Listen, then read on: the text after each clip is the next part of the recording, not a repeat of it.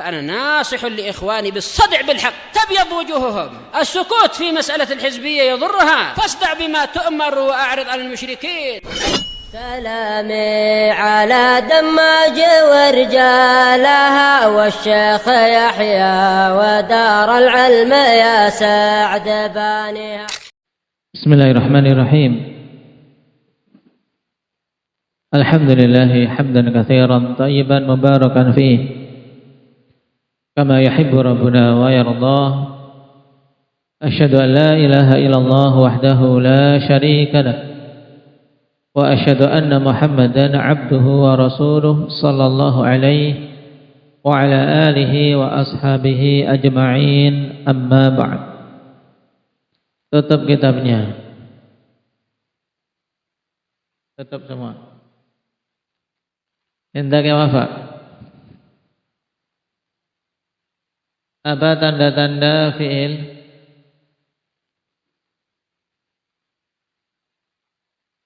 Qad, sin, saufa dan tak ta'nis sakinah yang disebutkan oleh Ibnu Ajurrum rahimahullah. Nah, dari keempat tanda ini baru menunjukkan tanda fi'il apa? Yang dicakup oleh keempat tanda ini fi'il apa dan apa? Fi'il madhi dan mudhari' saja. Nah, baik. Tanda fi'il madhi apa saja dari empat tanda tersebut? Hendak ya Abdurrahman. Qad dan ta'u ta'nis sakinah. Kemudian fatur. Dari keempat tanda itu mana yang bisa menjadi tanda fi'il mudhari'? Sin, saufa, ta, terus qad. Baik. Sin, saufa dan qad. Nah, tapi dari keempat itu juga ada yang khusus. Nah, ada yang bisa masuk kedua-duanya, ada yang khusus. Berarti yang masuk kedua-duanya, yang bisa masuk sebagai tanda madhi dan mudhari' apa, Fatih?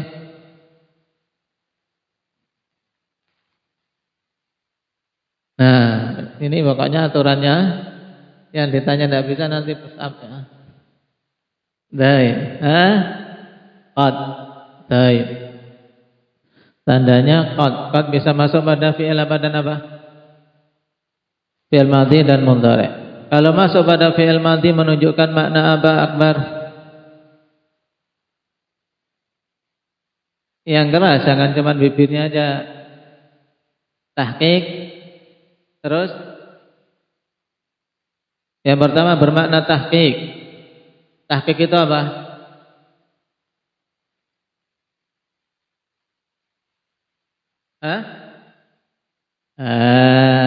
Tapi push up. Dihitung salahnya. Sekali salah 3 kali. Baik. Hendak Nasrul. Tahqiq itu apa tahqiq?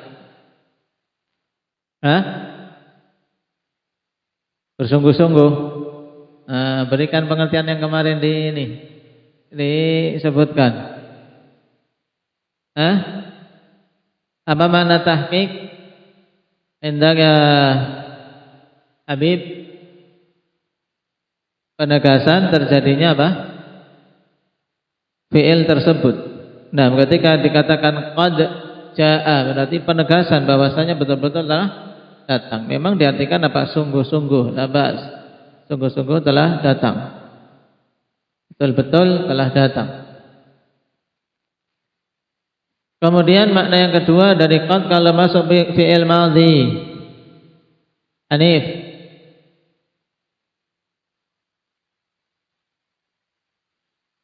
Takrib. Apa makna takrib?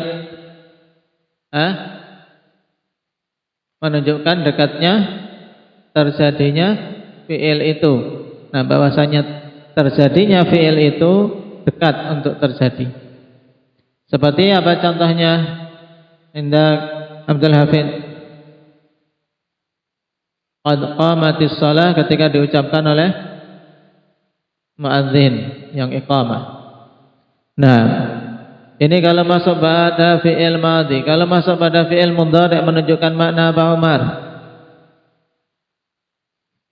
Qad kalau masuk pada fi'il mudhari' menunjukkan makna apa?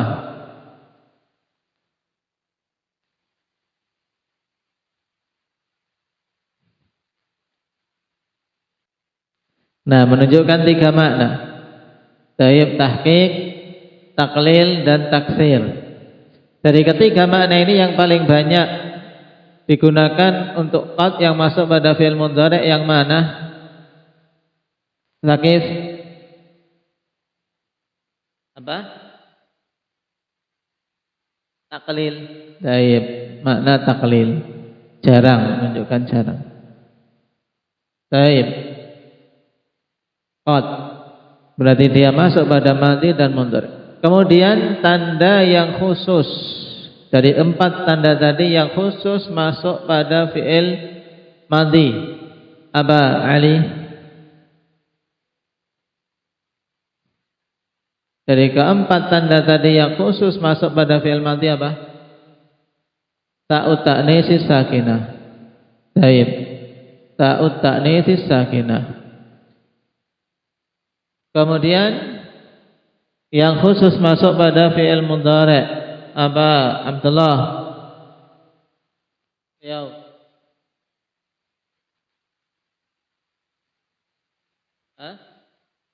Sin dan saufa. Apa bedanya sin dan saufa?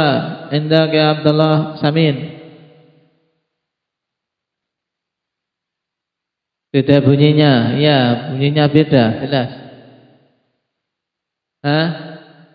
Sin dan saufa bedanya apa? Selain jumlah hurufnya.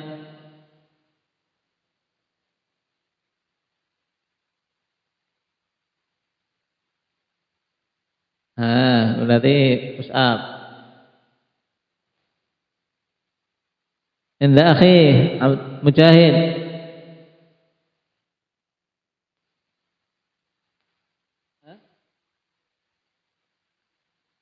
Kalau sin?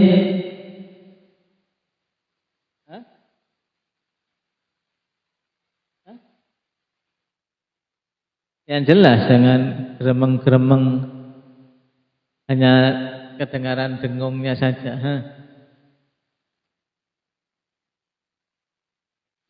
Baik. Nah, harus dipahami sisi perbedaan dan kesamaannya. Perbedaan antara sin dan saufa yaitu kalau saufa menunjukkan waktu yang akan datang yang lebih lama, sedangkan sin lebih dekat akan terjadinya. Sedangkan sisi kesamaan, kedua-duanya menetapkan bahwasanya mudhari' bermakna istiqbal, zaman yang ditunjukkan olehnya. Baik.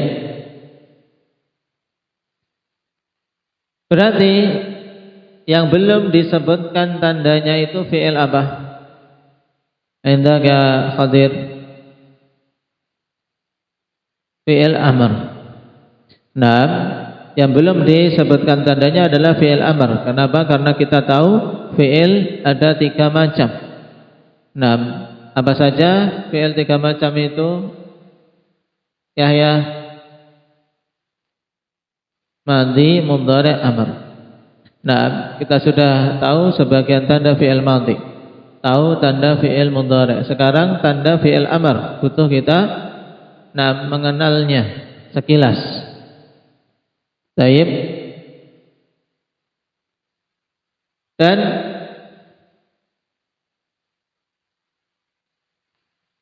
para ulama rahimahumullah ta'ala menyebutkan bahwasanya fi'il amr itu harus terkumpul padanya 2 tanda sekaligus. Nah, tidak dikatakan fi'il amr sampai terkumpul 2 tanda ini. Yang pertama, yadullu 'ala talab. Fi'il ini menunjukkan perintah. Nah, fi'il ini menunjukkan apa? Atur, menunjukkan perintah.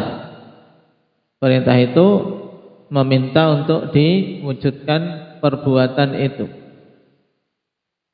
Nah, kemudian yang kedua,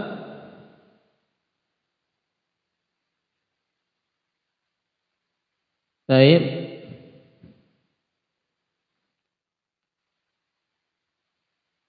An yaqbala al-ya al-mu'annatsah al-mukhatabah. Dia bisa menerima ya mu'annatsah mukhatabah. Ini dua tanda menunjukkan permintaan atau perintah. Kemudian yang kedua, bisa menerima ya mu'annatsah mukhatabah. Sekarang contoh. Uktub. Apa makna uktub? Zikri. Tulis, menulis, akan menulis, sedang menulis, atau apa? Tulislah. Baik. Kita katakan ini fi'il amr, uktub. Kenapa? Karena yang pertama ada, kita tahu tandanya, yaitu yang pertama tandanya akmal, perintah, ya kan? Tulislah. Ini menunjukkan perintah, meminta agar yang diajak bicara itu nulis. Kemudian yang kedua, dia bisa menerima ya mu'annatsah mukhatabah, karena ketika yang diperintah itu seorang wanita, maka kita katakan apa? Uktubi. Uktubi. Berarti ini fi'il amr. Nah, saya pegang ini dulu, akhwan. Nah, bahwasanya tanda dari fi'il amr itu dua tadi. Harus kedua-duanya ada, menunjukkan perintah dan bisa menerima ya mu'annatsah mukhatabah. Kenapa? Karena kalau hanya satu saja dari dua tanda tadi yang bisa diterapkan pada suatu kata, maka dia itu bukan fi'il amr. Contoh, suatu kata hanya menunjukkan perintah saja, tapi tidak bisa menerima ya mukhatabah. Ini dalam bahasa Arab namanya isim fi'il amr. Contohnya misalnya sah. Sah. Sad ha. Seorang lagi ngomong, cerewet, ceriwis. Ngomong terus. Seperti siapa? Seperti tetangga sebelah lah. Nah, misalnya. Bukan seperti Yahya ya. Nah, misalnya ceriwis, taruhlah ceriwis, ngomong aja. Kemudian orang mengatakan sah. Maksudnya apa? Suruh diam. Suruh apa? Diam. Tapi ini fi'il amr atau bukan? Padahal maknanya diamlah. Kita terapkan tanda tadi. Yang pertama menunjukkan perintah. Oh betul, menunjukkan perintah ada. Yang kedua kita terapkan, bisakah dia menerima ya mu'annatsah mukhatabah? Nah, sahih. Oh, tidak bisa, karena tidak pernah didengar oleh orang dari kalangan Arab mengatakan sahih. Berarti hanya menunjukkan perintah tok. Ini bukan fi'il amr berarti, karena ini adalah isim jadinya. Isim fi'il amr. Nah, karena tandanya apa? Dia bisa ditanwin menjadi sahin. Oh, ini isim jadinya sahin. Sah, sahin. Kemudian kalau dia hanya bisa menerima ya mu'annatsah mukhatabah, tapi tidak bisa menerima, tidak menunjukkan makna perintah. Ini juga bukan fi'il amr, tapi namanya fi'il mudhari'. Nah, fi'il mudhari' itu bisa menerima ya mu'annatsah mukhatabah tapi tidak menunjukkan perintah. Contohnya tadi misalnya dari kataba yaktubu, kalau anti. Anti apa? Bahasa Arabnya kamu satu orang perempuan sedang menulis. Bagaimana jadinya Muhammad Aceh?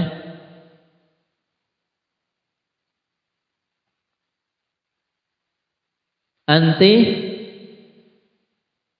air. Anti air bukan? Anti apa?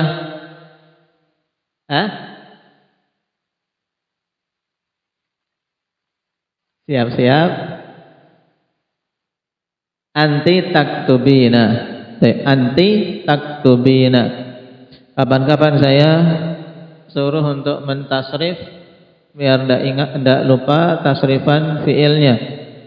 Ini juga masuk dalam apa? Dalam aturan yang enggak lancar push-up. Baik. Seperti apa? Yaktubu, yaktubani, yaktubuna, taktubu, taktubani, yaktubna. Sudah sama Khuzaifah sudah tak? Sudah belum Ali? Hah? Sudah. Nah, berarti di murajaah. Nah, biar tidak sia-sia yang diajarkan gurunya. Baik, di sini prakteknya. Ini sekarang pelajaran ini gabungan. Prakteknya harus dipaksa. Baik. Ini tambahannya.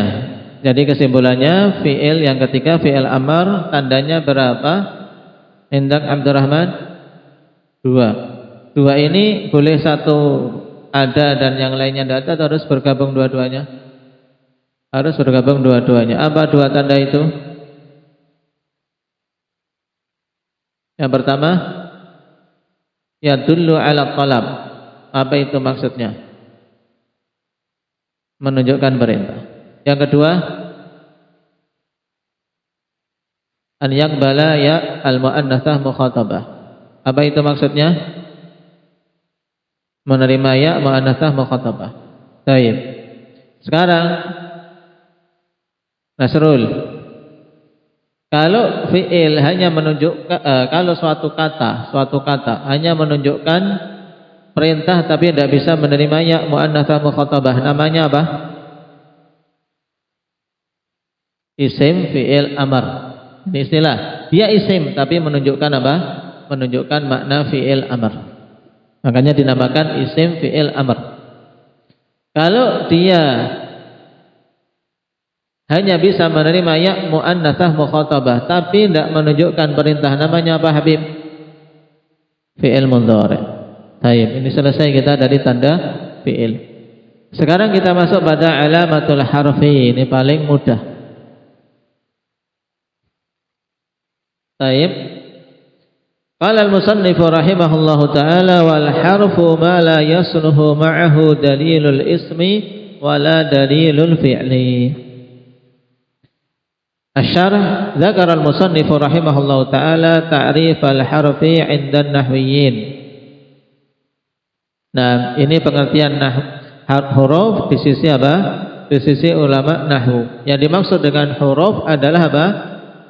Kata yang tidak bisa menerima tanda-tanda isim dan tanda-tanda fi'il. Tapi ini mudahnya. Pokoknya kata yang tidak bisa menerima tanda isim dan tidak bisa menerima tanda fi'il itulah huruf.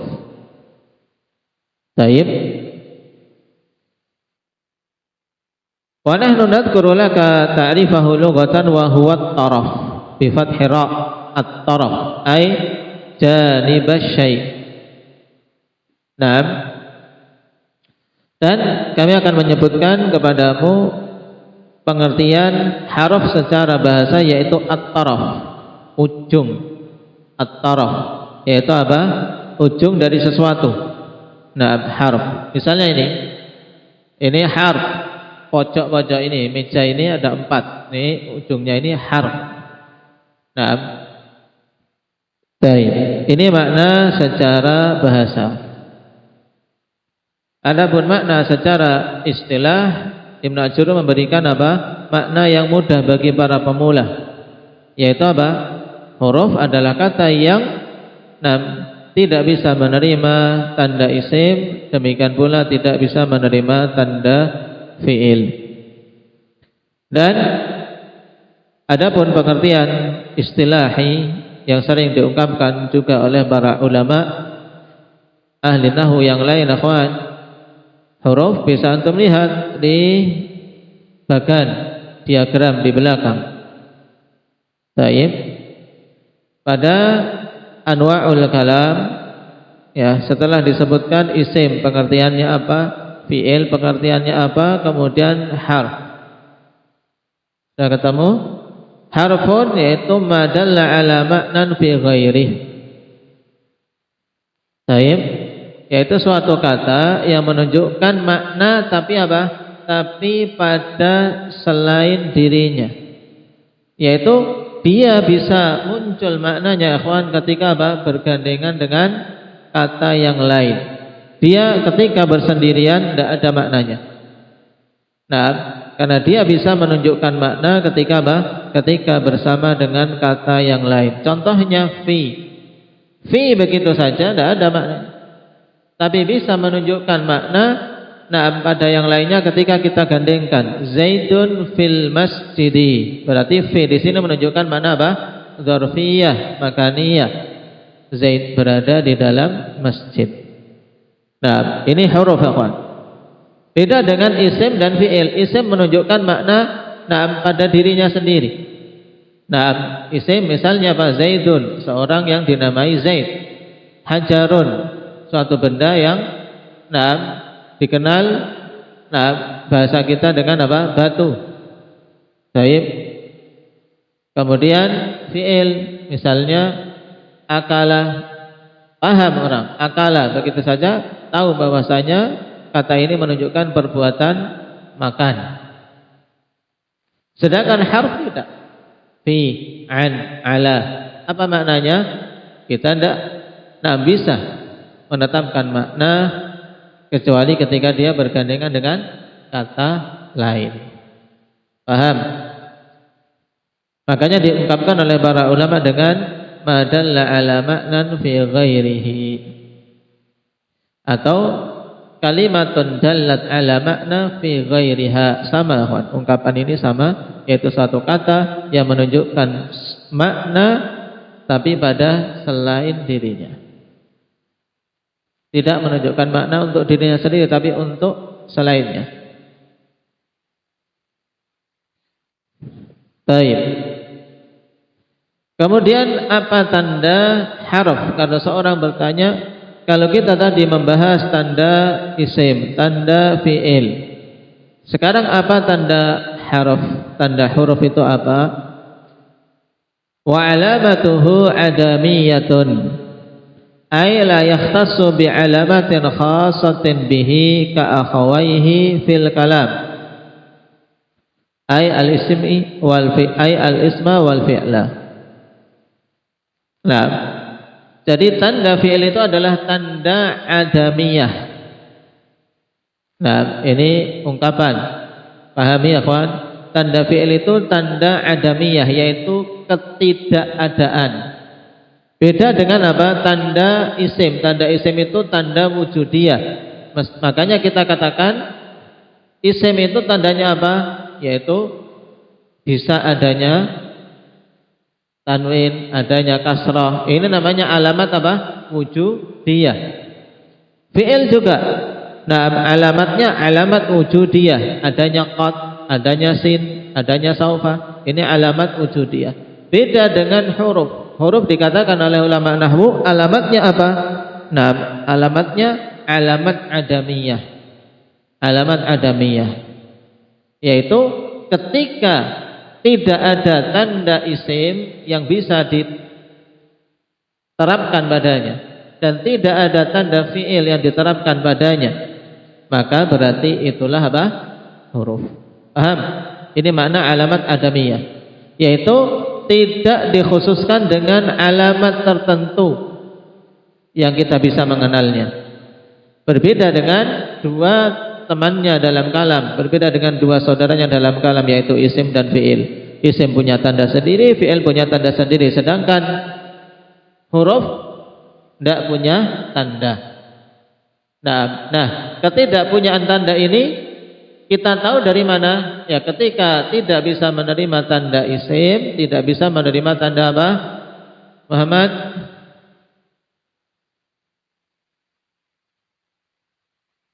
Fi'il. Ketika tidak bisa menerima tanda isim dan tidak bisa menerima tanda fi'il, itulah siapa Abdullah Samin? Huruf. Ya, itulah huruf. Baik. Bal idza wajadta kalimatan, sekarang perhatikan di kitab. Bal idza wajadta kalimatan laisa fiha alamatul ismi wala alamatul fi'li fahkum 'alaiha mubasharatan bil harfiyyah. Nah, karena tandanya tanda adamiyah, tanda adamiyah, terus bagaimana kita tahu? Yaitu bahkan jika engkau mendapati suatu kata yang tidak ada padanya tanda-tanda isim, tidak pula adanya tanda-tanda fi'il, maka hukumilah atas kata tersebut secara langsung bahwasanya itu huruf. Langsung saja, tidak usah ragu-ragu.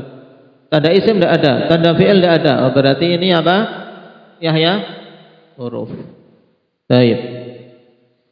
Kemudian huruf apa yang dimaksud di sini? Wal harful maqsudu huna huwa makana minal hurufil ma'ani. Dan yang dimaksud dengan huruf di sini adalah apa? Yang masuk dalam kategori huruf-huruf yang memiliki makna. Nah, ai ghaira hurufil madani, ghaira hurufil mabani, maksudnya bukan huruf-huruf mabani, huruf-huruf yang membangun suatu kata, huruf-huruf hijaiyah. Karena huruf telah kita singgung pada pertemuan yang lalu terbagi jadi dua, ma'ani dan mabani. Ma'ani yang punya makna, mabani tidak memiliki makna. Tapi fungsinya apa ini huruf mabani? Fungsinya apa? Mujahid? Fungsi huruf mabani apa?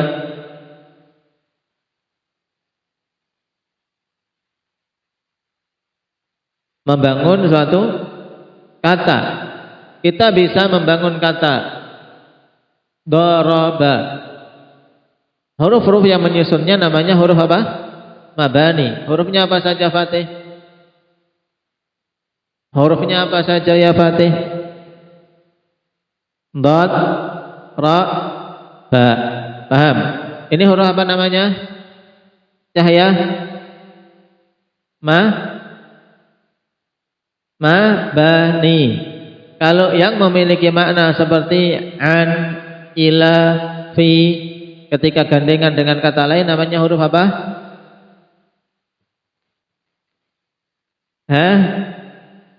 Yang memiliki makna namanya huruf ma'ani. Yang tidak memiliki makna namanya huruf mabani. Taib. Ya. Nah, contoh-contoh huruf ma'ani ka hatta, wala, wa thumma, wa hal, wa bal, walau, walam, walamma, dan yang lainnya. Seperti hatta misalnya. Hatta ini huruf. Nah, dan nanti kalau belajar lebih lanjut lagi, ikhwan, hatta ini punya 3 wajah. Nah, huruf apa saja punya 3 wajah dia. Nah, kemudian la juga termasuk apa? Huruf yang punya beberapa wajah. Nah, itu disebutkan dalam Muwassilut Thullab dan juga lebih luas lagi dalam Mughnil Labib. Tapi sekarang antum cukup kenal hatta itu huruf, ya kan? Taib, bukan makanan, ini huruf. Hatta, thumma, hal, bal, lau, lam, lamma. Dan huruf-huruf ini, kawan, huruf ma'ani ini, ya huruf ma'ani ini, kalau kita mau bagi dari sisi masuknya ke isim atau fi'il, bisa terbagi jadi 3 jenis. Huruf-huruf ma'ani, kalau kita lihat masuknya dia pada isim atau fi'il terbagi jadi 3 jenis. Yang pertama yang khusus masuk pada isim. Contoh yang paling mudah berarti dari pembahasan lalu kita bisa simpulkan huruf yang hanya khusus masuk pada isim. Apa Ali? Huruf-huruf apa? Huruf jar, ya huruf jar. Taib. Huruf jar. Ya kan, karena huruf jar itu tanda isim, ya kan, berarti huruf jar itu hanya masuk pada isim. Kemudian yang kedua huruf yang hanya bisa masuk pada fi'il. huruf yang hanya bisa masuk pada fi'il.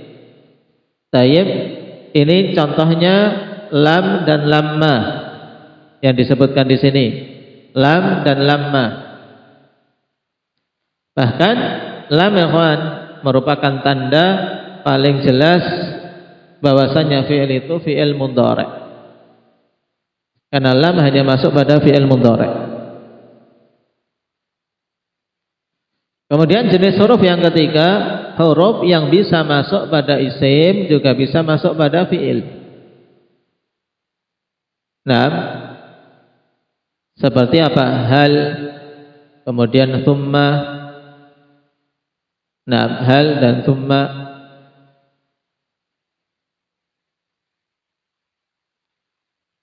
Hal anta qa'imun, hal Muhammadun naimun. Tapi juga bisa masuk pada fi'il. Tayyib. Hal ja'a Muhammadun, apakah si Muhammad telah datang? Ini jenis yang ketiga. Apa tadi ketiga jenis enam huruf ini? Bila dari sisi masuknya pada isim dan fi'il, apa? Pertama, huruf yang hanya masuk pada isim, yaitu huruf apa? Huruf jar, contohnya. Yang kedua, huruf yang hanya masuk pada fi'il, apa itu? Contohnya lam dan lamma. Tayyib. Yang ketiga,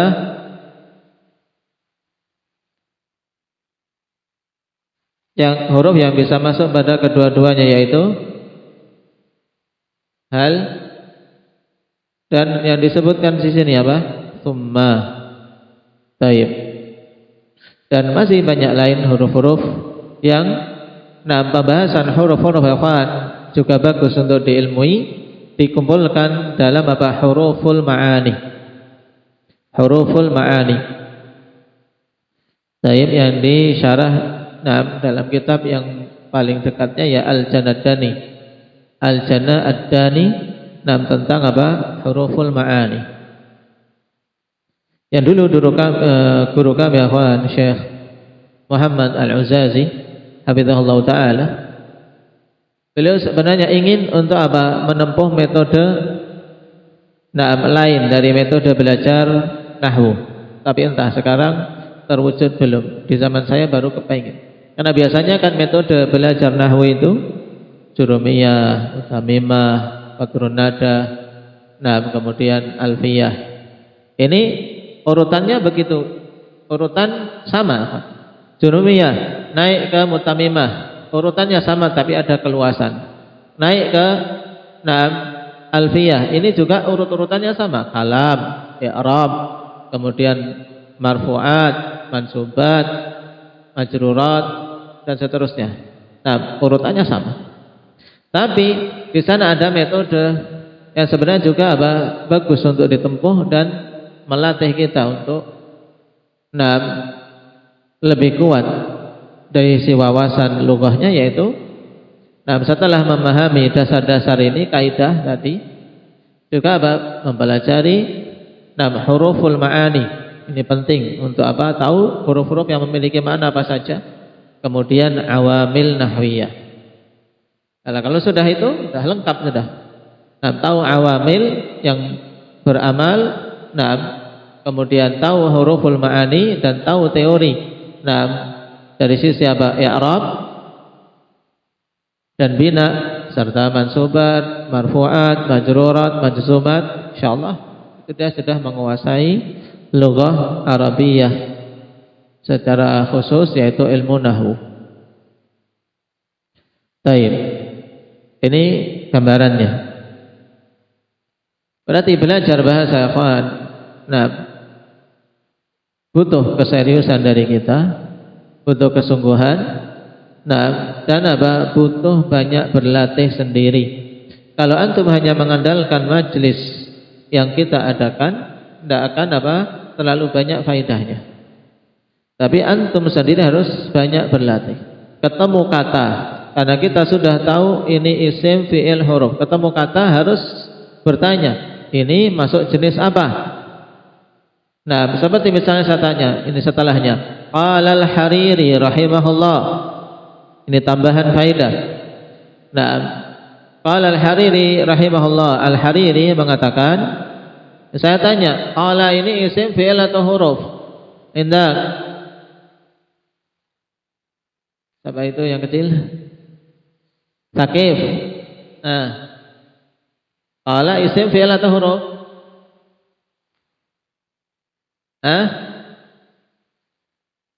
Fi'il. Dari mana antum tahu fi'il? Ya kita terapkan tanda fi'il. Oh, dia bisa kemasukan qad qala. Nah, kemasukan qad berarti fi'il. Baik. Al-Hariri. Al-Hariri ini isim fi'il atau huruf? Akmal.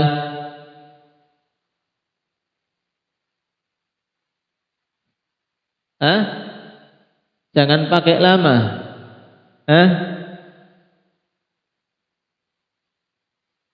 Jangan jauh-jauh, kita belum fa'il, bukan ini, belum ditanyakan fa'il atau maf'ul, ini nanti dulu, jangan keburu-buru. Jangan ditanyakan dia isim atau fi'il atau huruf.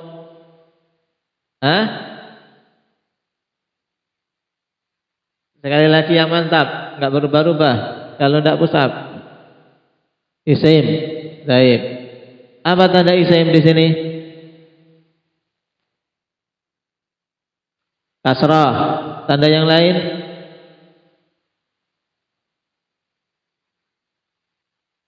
Adanya apa? Al di depannya. Baik, ada al di depannya. Tanda yang lain yang lebih jelas apa? Ikhlas. Isnad ilaih. Baik. Karena dia kepadanya disandarkan perbuatan qala. Nah, dibawakan bait ini akhwan untuk tambahan saja. Dihafal bagus. Wal harfu ma laysat lahu alamah faqis ala qawli takun allamah. Mithaluhu hatta wala wa thumma wa hal wa bal walau walam walamma. Dalam manzumah beliau Mulhatul I'rab. Baik.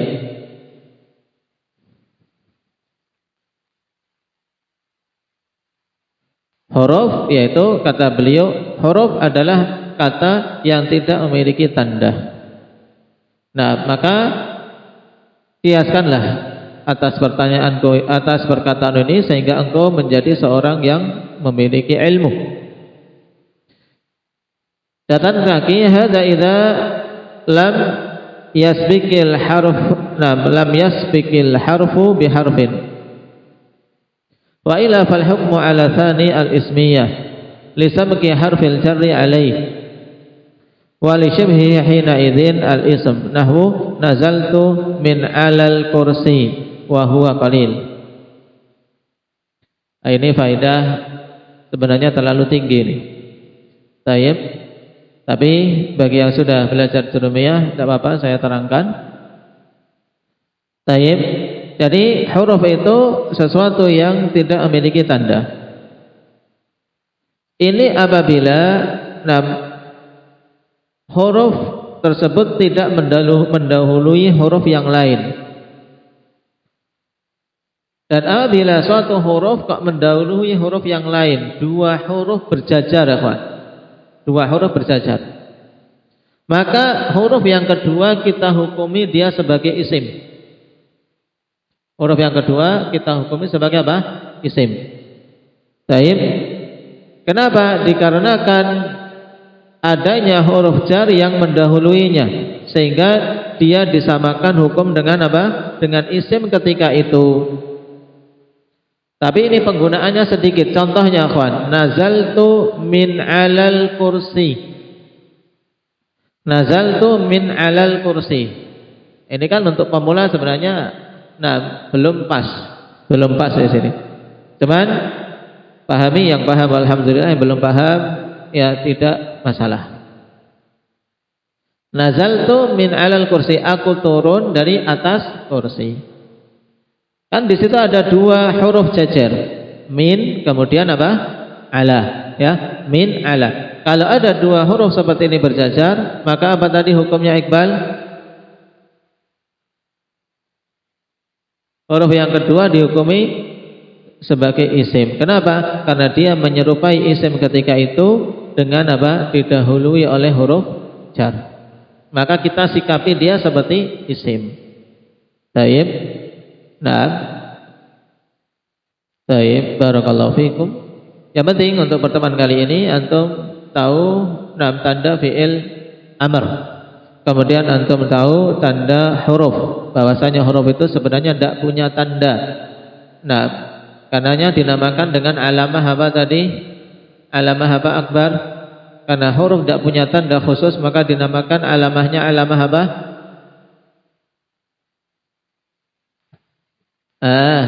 Alamahnya apa Fatur? Adamiyah. Namanya alamah adamiyah. Baik.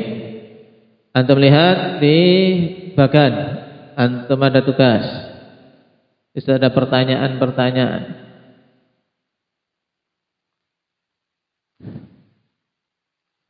Tamarin. Nah, pada tanda-tanda isim ada tamarin praktek. Mayyizil asma allati fil jumalil atiyah ma'a dzikril alamah allati arafta biha ismiyataha. Bedakan isim-isim pada di halaman 4 pada tasjir atas tamarin. Antum tanda ini tugas pertama. Nomor 1 ini, yaitu untuk kamu apa? Kamu pisahkan isim-isim dari apa? Dari kalimat-kalimat yang disebutkan di bawahnya. Kemudian sebutkan tandanya. Itu misalnya apa? Bismillahirrahmanirrahim. Nah, cari yang isim mana? Ini tugasnya. Kemudian antum sebutkan apanya? Tandanya apa? Baik. Kemudian tamrin yang kedua di halaman 5.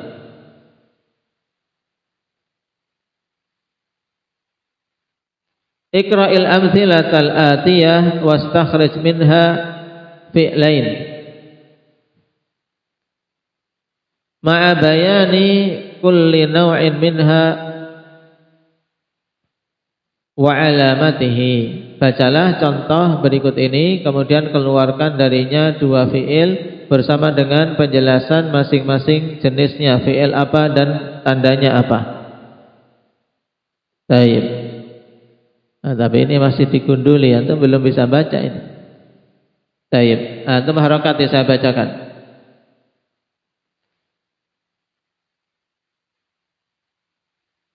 Ma dummiratil biladul islamiyatu bisyai'in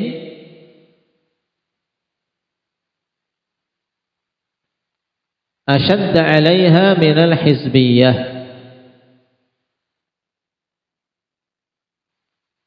Ma dummiratil biladul islamiyatu bisyai'in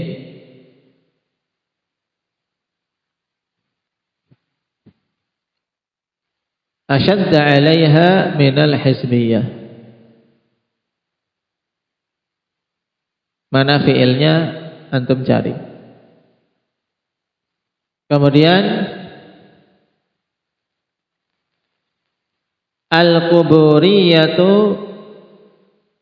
ta'malu li salihir rafdi. Al-quburiyatu ta'malu li salihir rafdi. Mana fiilnya?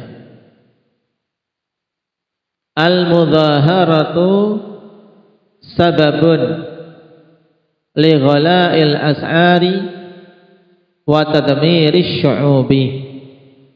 Ini antum cari mana fi'ilnya. Ini ungkapan-ungkapan modern ya kawan. Ungkapan-ungkapan modern antum sambil melatih wawasan. Jangan ja'a zaitun, zaitun qaimun itu terus ya. Jurumiyah kan itu saja paling. Ja'a zaitun wa amrun. Nah, sekarang pakai ungkapan-ungkapan yang lain biar punya wawasan lebih luas. Baik. Nah, ini antum kerjakan 2 tamrin untuk pertemuan yang akan datang. Sebelum kita masuk pada pembahasan i'rab yang merupakan pembahasan pokok yang pertama dalam nahwu. Subhanakallahumma wa bihamdika asyhadu an la ilaha illa anta